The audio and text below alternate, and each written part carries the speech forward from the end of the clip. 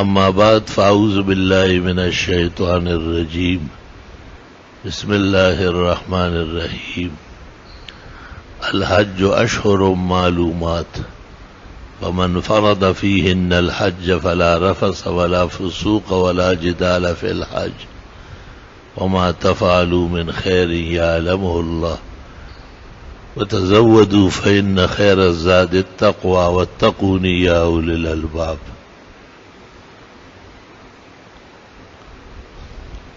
قال رسول اللہ صلی اللہ علیہ وسلم الحج المبرور جزاؤه الجنہ وفي رواية ان الحج يغسل الذنوب كما يغسل الماء الدرن اخرجه اصحاب الصحاح. اللهم صل وسلم على النبي وعلى آله واصحابه وبارک وصلی وسلم علیہ. چونکہ شوال کا مہینہ ہے اور یہ اشہر حج میں سے ہے، وہ 3 مہینے جن کو قرآن کریم نے اشہر حج کہا ہے، الحج اشہر معلومات. حج کے یہ مہینے معلوم ہے اور طے شدہ ہے، شوال، ذیقعدہ اور ذی الحجہ. گو حج چند دن میں انجام دیا جاتا ہے، جیسے 8 تاریخ کو احرام باندھا جائے اور مینا چلے جائے، 5 نمازیں وہاں پڑھی جاتی ہے، ظہر، عصر، مغرب، عشاء اور فجر. مینا جانا اصلاً عرفات جانے کے لیے ایک کارآمد عمل ہے، کیونکہ عرفات وہاں سے قریب ہے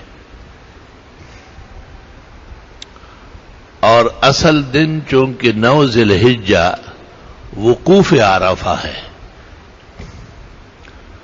جناب رسول اللہ صلی اللہ علیہ وسلم نے کہا ہے الحج عرفہ، حج تو وقوف عرفہ کا نام ہے، اور وہ حج کے جو ارکان ثلاثہ ہے، احرام، وقوف عرفہ اور طواف زیارت، یہی 3 فرائض ہے حج کے، باقی سب واجبات یا سنن ہیں. اسلام سے پہلے جاہلیت کے لوگ مزدلفہ کے حدود پر بیٹھے رہتے تھے اور کہا کرتے تھے کہ نحن حمص، بخاری میں ہے، ہم تو بیت اللہ کے مجاور ہے اور ہم حرم سے آگے پاؤں نہیں رکھ سکتے.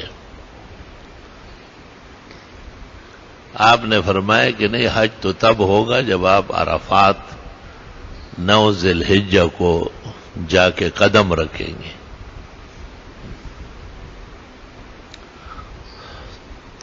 جاہلیت میں مناسک موجود تھے، حج بھی ہوتا تھا، عمرہ بھی ہوتا تھا، طواف بھی ہوتا تھا. قرآن کریم ان کی نماز کا ذکر کرتا ہے ایک جگہ،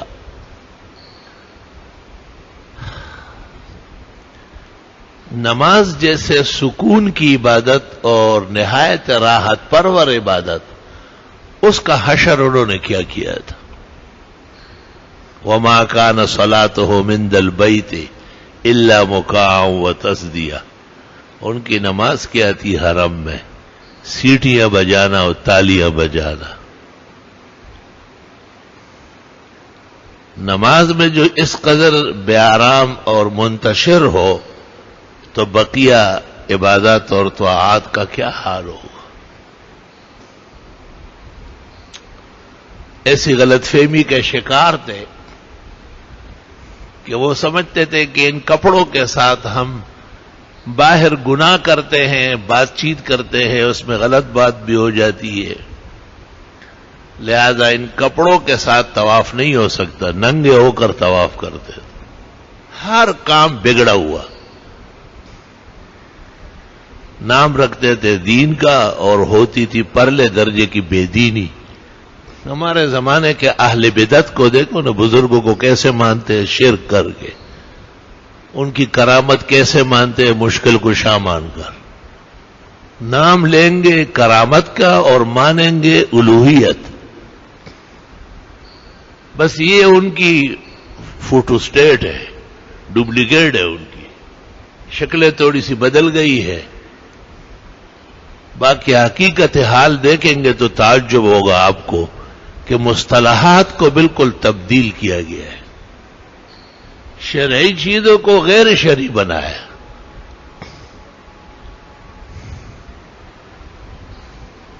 اگر غور سے دیکھا جائے تو اصل بے دینی اسی کو کہتے ہیں کہ نام آپ دین کا کہے.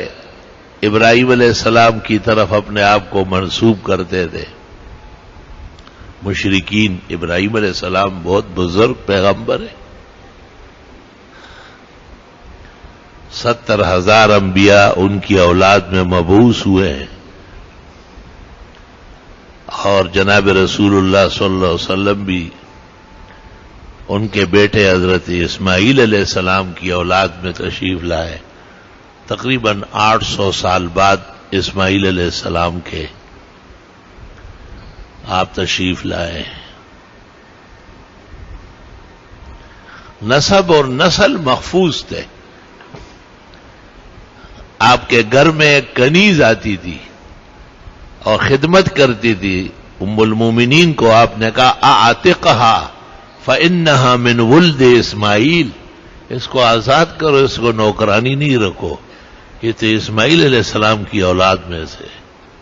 محترم لوگوں کا احترام مسلمانوں کا فریضہ ہے، اور احترام کی پونجی اور منبع وہ پیغمبر اور انبیاء کے ذوات اقدس ہوتے ہیں. خیر ساری وہی سے چلتی ہے. لا الہ الا اللہ.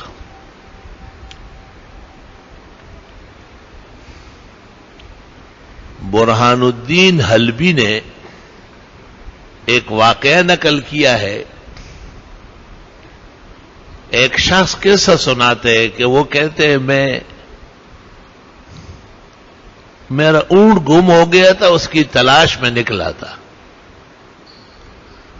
اور میں اس سمت سے آیا جس کی طرف عرفات ہے. ایک حسین جمیل پرنور شخصیت اکیلے تن و تنہا وہاں بیٹھے ہوئے تھے اور اللہ کی تسبیح اور تذکیر تحمید میں مشغول تھے. میں نے ان سے پوچھا تو پتہ چلا کہ مکہ مکرمہ کے بنو ہاشم عدنان خاندان کے فرد فرید ہیں، اور باقی تمام مشرکین مزدلفہ کے سرحدوں پر بیٹھے ہوئے. میں نے پوچھا کہ آج کون سا دن ہے؟ انہوں نے کہا آج یوم العرفہ ہے. کہا یہ لوگ کیوں نہیں آتے؟ آپ نے فرمایا یہ بے خبر ہے، ان کو عبادات کا پتہ نہیں ہے. یہاں آنا ضروری ہے، جب تک یہاں نہ آئے اس کا حج نہیں ہوتا.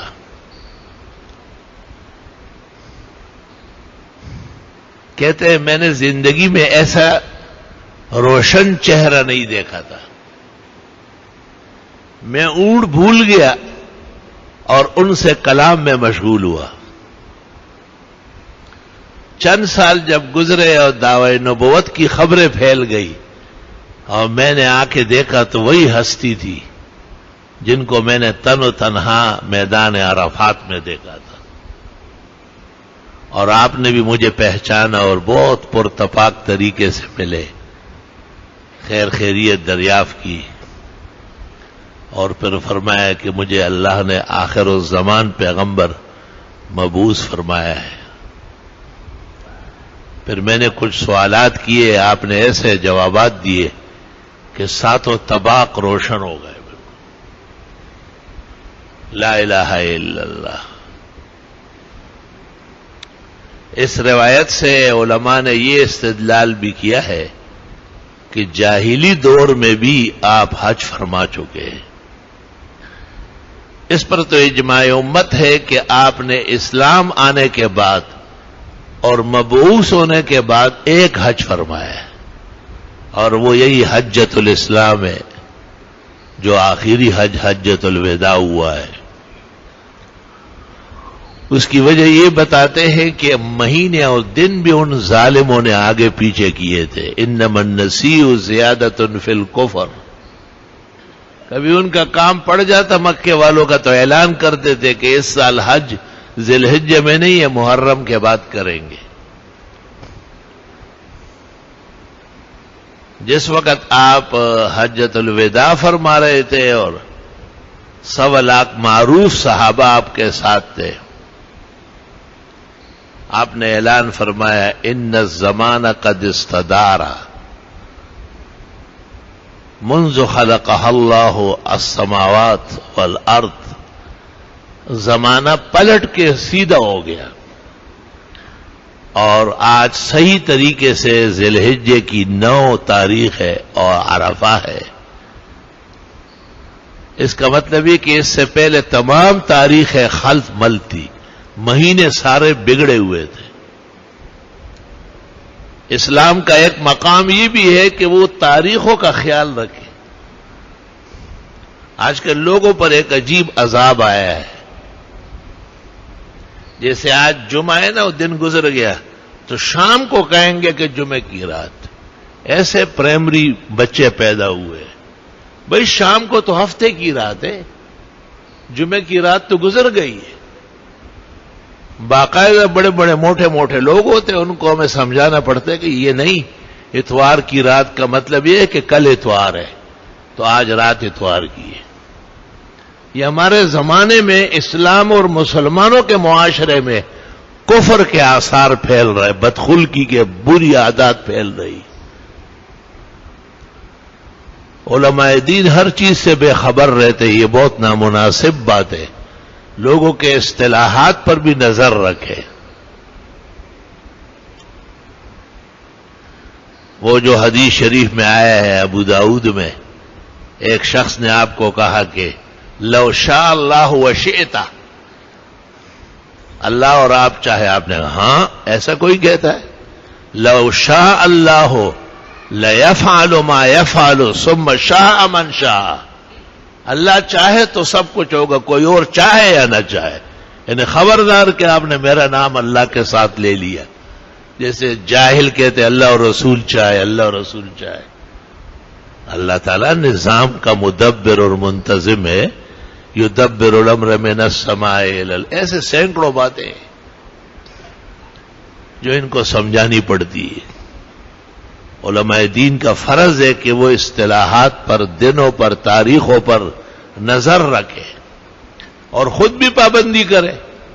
جب ان سے پوچھیں گے تو آپ کو جنوری فروری کہیں گے، حالانکہ علماء نے وضاحت کی ہے کہ اسلامی تاریخ یاد رکھنا واجب ہے. جیسے آپ سے کوئی پوچھے کہ آج کون سا دن ہے تو آپ کا آج جمعۃ المبارک ہے، آج شوال کی 11 ہے، 12 ہے. پھر اس کے بعد آپ کہے کہ جولائی کی یہ تاریخ ہے. وَيَسْأَلُونَكَ عَنِ الْأَهِلَّةِ قُلْ هِيَ مَوَاقِيتُ لِلنَّاسِ وَالْحَجِّ. اس کے ذیل میں ابو بکر جساس رازی نے احکام القرآن میں لکھا ہے کہ اسلامی مہینے اور تواریخ جاننا مسلمانوں کے اوپر واجب ہے.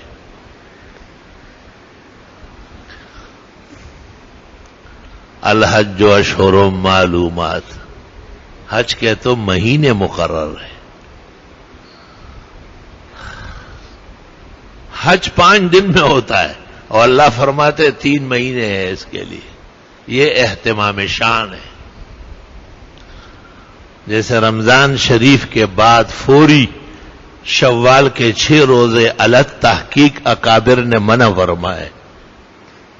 اس پر کتابیں شائع ہوئی ہے.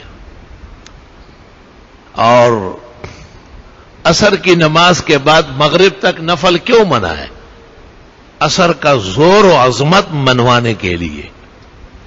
فجر سے پہلے صرف 2 سنت، نہ صلاۃ حاجت، نہ تحیت الوضو، نہ تحیت المسجد، کوئی نفل نہیں۔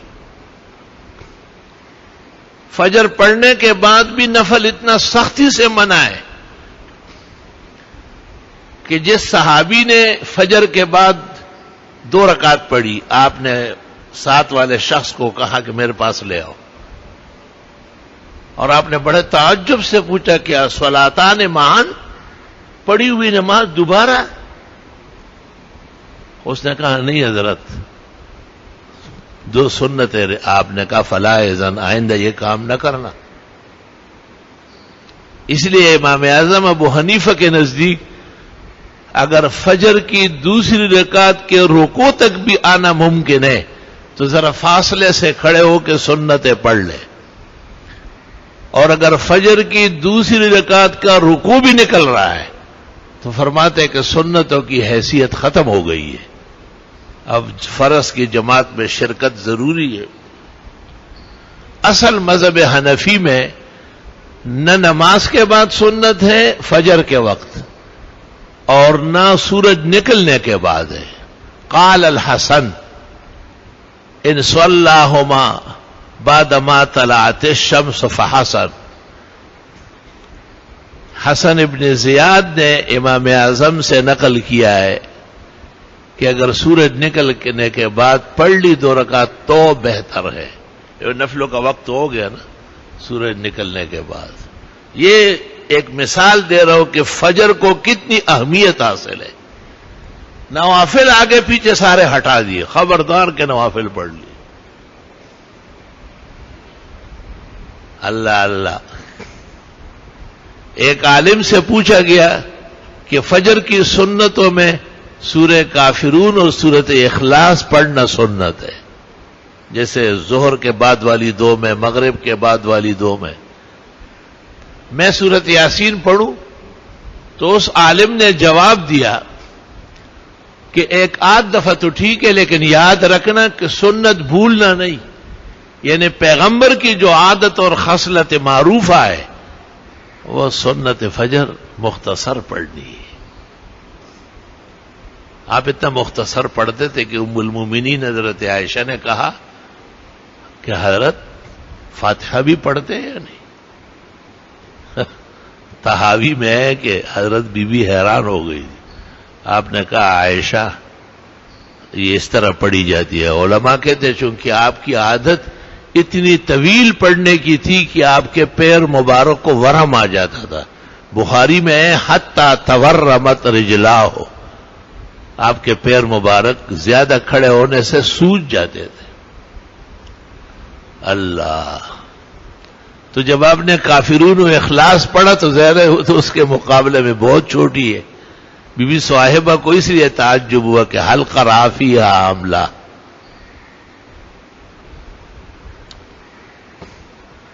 اچھا، عید کے دن دیکھیں، عید کے 2 رکعت ہیں، حنفیہ کے ہاں واجب ہے اور جمہور کے ہاں سنت موقدہ ہے۔ لیکن عید سے پہلے عید کے دن نہ اشراق ہے، نہ چاشت ہے، نہ تحیت الوضو ہے، نہ تحیت المسجد ہے۔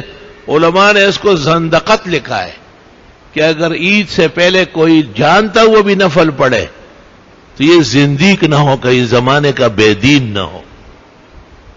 یہ نہیں ہے نفلوں کا دن، یہ بس عید کی تیاری کرو، نئے کپڑے پہنو، صاف کپڑے پہنو، خوشبو لگاؤ، وقت پر تیار ہو جاؤ۔ اور دوسری طرف دیکھو، الابتکار سنت، سویرے اٹھنا، والتبکیر سنت، سویرے عیدگاہ جانا، کہ نفلیں نہیں پڑھنی۔ بعض لوگوں کا خیال ہے کہ بس نفل پڑھنے ہی ہو، بابا شریعت کا مزاج معلوم کر لو۔ توبہ۔